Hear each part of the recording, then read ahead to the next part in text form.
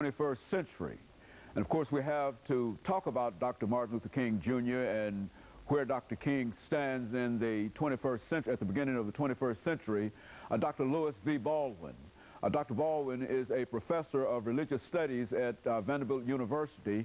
And of course, Dr. Baldwin, let me welcome you to the show today. Yeah, great to be with you again. And to tell you, Dr. Baldwin, how delighted we are to have you. Great to be here. And it's good to have you because we're going to deal with a topic that I think to be not only a topic that's made for you, but I think it's a very, very important topic because what we want to try to do today is to look at Dr. Martin Luther King and his relationship with the 21st century. That's and to have you to do so. That's right. But now, Dr. Baldwin, before we do that, let's have you to give our audience, and there might be a few people who might not know Dr. Lewis V. Baldwin from this show. I doubt if there are many, but, who might not know you from this show. But give them some information in reference to your background, your education, and some of the things that were important in your life that eventually led you to this particular seat this morning. I grew up in Camden, Alabama, Wilcox County, Alabama, which is known as the so-called Alabama Black Belt.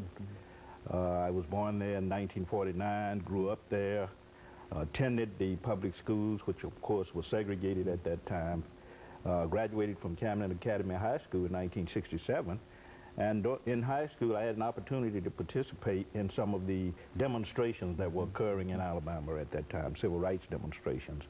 I left Camden Academy High School and I matriculated at Talladega College in Alabama. And I graduated from Talladega in 1971 with a BA in history and went from there to Crozer Theological Seminary in Rochester, New York. From there to Northwestern University, where I received a PhD in 1980. In 1984, I started writing about Dr. King and the Civil Rights Movement. So I've been writing about, writing on that subject now for more than 20 years.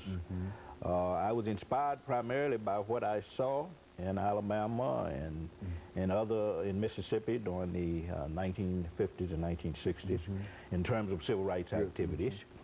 I was also inspired to write by my own participation because I had a chance not only to observe but to participate in some of the demonstrations and to read the works of people like Martin Luther King Jr. and Malcolm X and others who were involved in the movement, and that served as quite an inspiration for me to do my research on the life of Dr. King and the Civil Rights Movement.